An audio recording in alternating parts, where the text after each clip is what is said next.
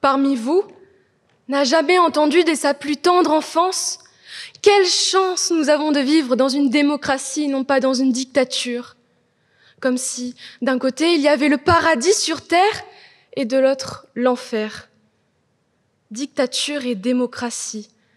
Deux antithèses, sincèrement, mais lorsque nous nous interrogeons réellement sur ce qui les distingue, la réponse nous paraît bien moins évidente aujourd'hui. Si à cet instant, devant vous, on me reposait cette question qui, de prime abord, semble innocente, oui, je répondrais qu'il n'y a qu'un fil, un seul, entre la dictature et la démocratie. Ce fil si fragile qui les distingue encore, c'est notre liberté d'expression. Mais si autrefois nous étions persuadés que ce droit qui nous est accordé, ce cadeau qui s'offre à nous permettrait de faire entendre toutes nos revendications, il n'en reste maintenant plus qu'une lointaine utopie. Alors oui, je vous l'accorde, la dictature, c'est ferme ta gueule. Mais alors, la démocratie, c'est aussi cause toujours. Je ne prétendrai jamais avoir connu la dictature, celle de la Russie, de la Syrie, mais j'en ai connu une, oui. Et celle-là, je me la suis moi-même imposée. Une dictature dans laquelle j'étais à la fois le dirigeant et le peuple. Oui, je me suis réduite au silence. Mais j'avais peur, voyez-vous, peur d'être jugée, peur de mal m'exprimer, peur d'être vue. Ironique, n'est-ce pas? Mais quand j'ai été prise dans la course effrénée de ce monde qui ne connaît que changement et mouvement continu, quand j'ai réalisé qu'il est primordial de s'exprimer pour vivre et préserver nos libertés, je ne me suis plus jamais laissée noyer dans ce silence insoutenable. On vit dans une société où la liberté d'expression est la clé.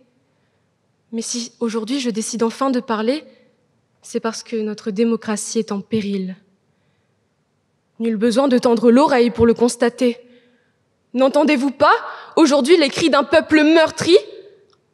N'entendez-vous toujours pas ces voix qui se lèvent contre ces mêmes représentants, censés nous écouter? Je me tiens devant vous, âgée de 16 ans. Mais malgré mon jeune âge, je dois déjà défendre mon avenir dans les rues. Un peuple qui avait toujours placé son espoir entre les mains de notre gouvernement, un peuple qui, aujourd'hui, fait face à des gouvernants qui mentent. Est-il normal qu'aujourd'hui, on doit lutter pour s'assurer un jour une retraite? Est-il normal que notre repos si mérité devient si incertain, même après une vie de labeur continu?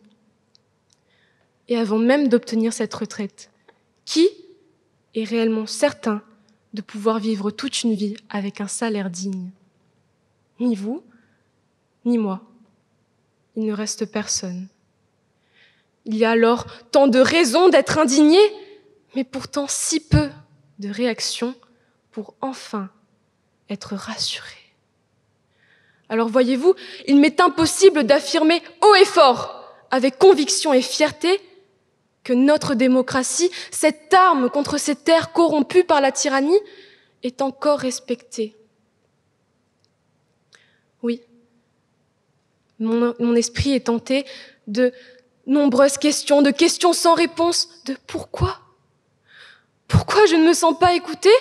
Pourquoi, même après être enfin sortie de ce silence, j'ai l'impression d'être muette?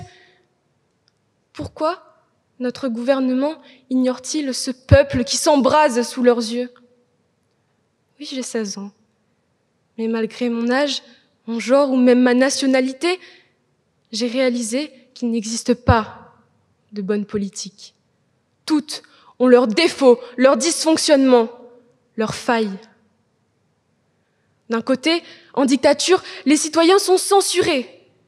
Mais en démocratie, ils s'époumonnent sans effet. Alors, faudrait-il peut-être abandonner? Mais jamais! Si on avait abandonné, les femmes, moi, toi, n'auraient pas le droit de voter et d'avorter. Si on avait abandonné, la peine de mort serait toujours d'actualité. Si on avait abandonné, les personnes du même genre ne pourrait pas se marier. Alors, à cette petite fille que j'étais, à cet enfant encore présent au fond de moi et de vous, tous trop vite entraînés dans le balai du monde, je leur dirai qu'il faut cesser de vivre à coups de cause toujours pour ne jamais laisser régner le ferme ta gueule.